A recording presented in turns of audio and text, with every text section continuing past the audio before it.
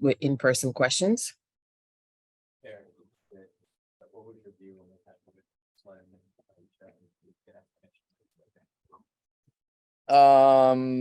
Yeah, I mean, I have only seen just the general overhead camera. I haven't seen like close-up replays on it.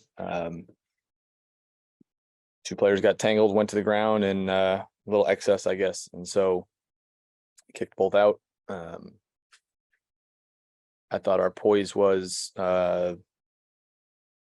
too up and down throughout the game, even before that happened. So we got to learn how to kind of put the hammer on a team when we've got a little bit of a cushion. I thought we let them back in with some casual possessions, and different points in the game we're up 6, 8, 10, and all of a sudden it's back to a one possession game and close games, and it can go either way. Do you think that up and down poise led to the runs of the game, or maybe it was contributed from that? I mean, it definitely contributed to the up and down or to the runs that we gave up. You know, sometimes it was after we scored and we were too casual getting back. And, you know, we kind of said we got to treat this like a playoff game, like the second game of a playoff series. That stuff gets you beat in the playoffs. So you got to be a lot tighter. What do you think happened to the offense there?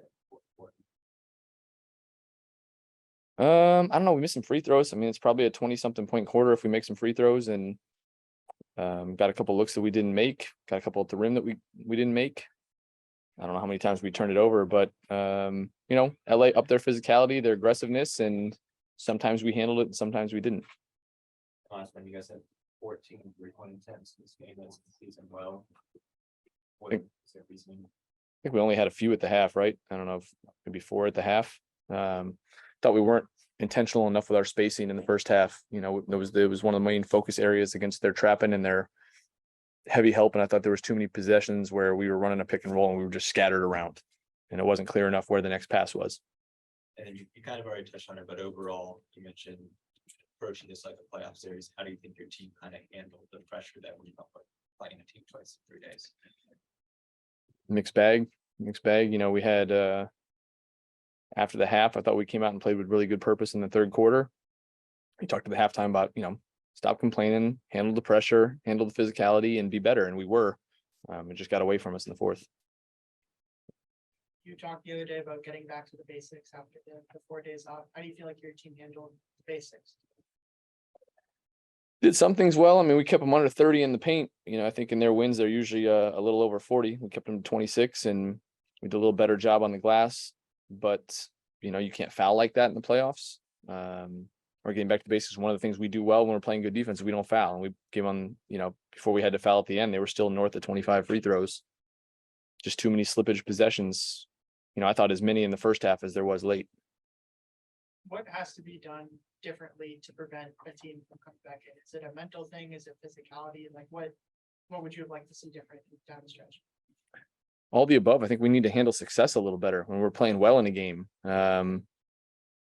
That you're down, let's say we're down 6 and you get up 4, like your job's not done. You got to keep stretching. So it probably is mental to start with, but it's all of it. You get a lead on a team, they're going to respond and try to make it more physical on the glass, more aggressive on the ball. And so hopefully we use this as a learning opportunity for when we play these games down the road. Anything about the third quarter today that you hope carries over to the next few games? I thought we committed defensively to what we said we wanted to do at the start of the game, which was get into the ball, get in better help, rebound the ball. I think we probably did it best in that quarter.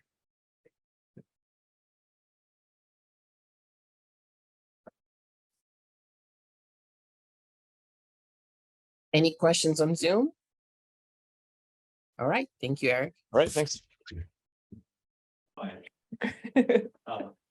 Would you be comfortable explaining your perspective on what happened between Slim and Alicia there? I just saw a defensive play and everybody started shoving and stuff. I really wasn't really paying attention. I just wanted to make sure Slim was okay.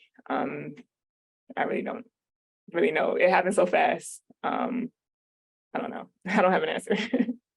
In the third quarter, you guys went on a big run. It looked like it was spurred by your defensive pressure, and instead you guys got out of the half. What do you think helped you guys in that effort, and how did the talk longer kind of get that going? Well, we knew, we said in the first half that we had to play a little harder, put a little more effort, just being in the help side and also making sure we finish each play, with a rebound. So we did lock in on that end. We just let a few old boys go, late in the game. But it's just one of those things where we made adjustments, but we just gotta stick with it.